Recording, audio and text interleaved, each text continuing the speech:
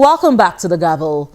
On November 25th, about 200 Nigerians were deported from the United Kingdom to Nigeria for allegedly breaching immigration laws. Those deported arrived at the Hajj and Cargo Terminal of the Murtala Mohammed International Airport in Lagos aboard a chartered aircraft. Now, this action by the UK government has raised a lot of questions in Nigeria. Namely, was there sufficient evidence to show that these Nigerians actually breached immigration laws? And are they all truly Nigerians? Now, we spoke with the Vice Chairman of the Senate Committee on Diaspora, Senator Rose Okoh, on this issue. Some 48 Nigerians were deported back to Nigeria. And we understand that the British government may be deporting in upwards of 29,000 or thereabouts. Even though the High Commissioner a couple of days ago said that they had deported only about 170 and not 29,000. Now, we want to believe from that statement that the figure of 29,000 that we have heard may not be so, from the statement that he made. Of course, the concern that has been generated indicates the level of worry that we have as Nigerians, and of course the legislature has, towards this phenomenon. We do not say that you can't deport illegal Nigerians who are staying abroad illegally or in the UK illegally. They should. We will not stand on the way of the enforcement of the immigration laws.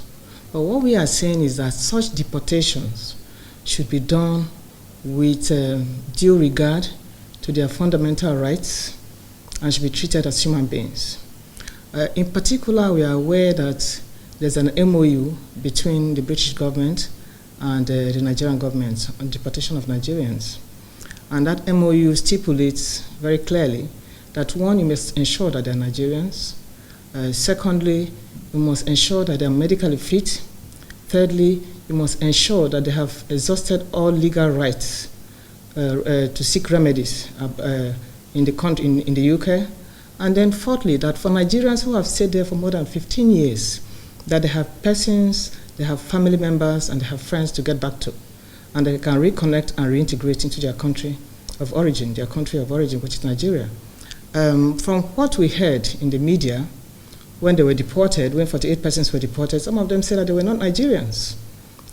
So it gives us reason to worry that these conditions may not have been fully met.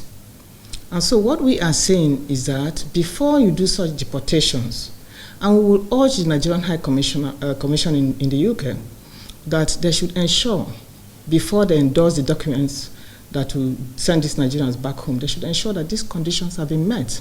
Because if indeed you deported non-Nigerians into Nigeria, and you deport Nigerians who cannot reintegrate back into the country, they become a problem to themselves, to the country, and to all those concerned.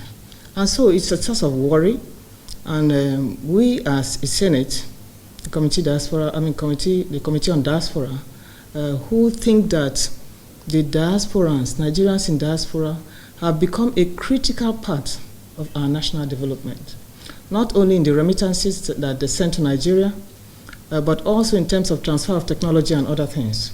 We do think that we will take this matter up and urge the British government to reconsider if indeed they intend to deport some 29,000 Nigerians. They should reconsider, and in the process of deportation, they should ensure that the conditions that they themselves have accepted should be met before they are deported. So we'll also look into it. Now, we've heard some reports that some of the Nigerians who were deported were asked to pay a fee when they got into the country. Has this been brought to the attention of the committee? That has not been brought to our attention. That is information that we have not had yet.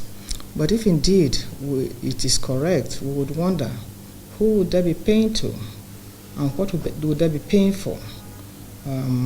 Already, the trauma they have suffered is enough Why should they come back here and suffer further trauma by requesting some form of gratification from them? Gratification for what? For being dislodged? Now we know these people, they're already in the country, whether they're Nigerians, whether all of them are Nigerians or not. But has a committee tried to reach out to these people to find out where they are now? Have they assimilated back into the society, and what are their conditions now? Well, these are part of what would form, I would say, what would form the investigation that we this committee intends to carry out. Because, as a matter of fact, those are pieces of information that will go to certify whether indeed the conditions that were supposed to have been met before the deportation, whether those conditions were met. Because if we find people who up till now, 1 week or so later, have not been able to locate anywhere, some of them have said that they're not Nigerians. So if they have not been located anywhere, then indeed it is true that maybe they are not Nigerians. And then if they have not been able to reintegrate, then maybe these are Nigerians that have been here, they've been in the UK for so long that they have come back, they don't know what to do. They have nowhere to go to. So these are all, it will go to verify the issues that we have raised here, that these conditions should be met before they are deported. So we will make those investigations and come up with reports. There may have been compromises by the officers of the High Commission in the deportation exercise in terms of endorsing the document that deported, that these persons were supposed to have been deported with. We do not know the veracity of these allegations yet. If that is so, indeed it's unfortunate because if persons claim that they are not Nigerians, then you begin to wonder, were those allegations, was there any truth in those allegations?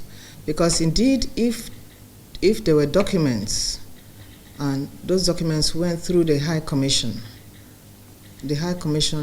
ought to know that these are Nigerians, these are not Nigerians. Just using that as an example. Now, for Nigerians in diaspora, we have not communicated with them yet. This committee has not done so yet. We intend to. That forms part of the work program that we have.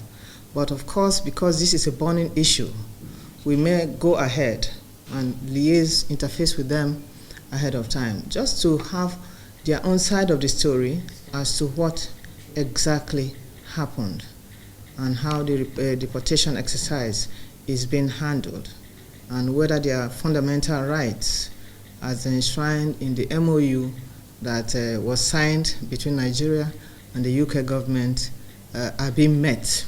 We will do that subsequently.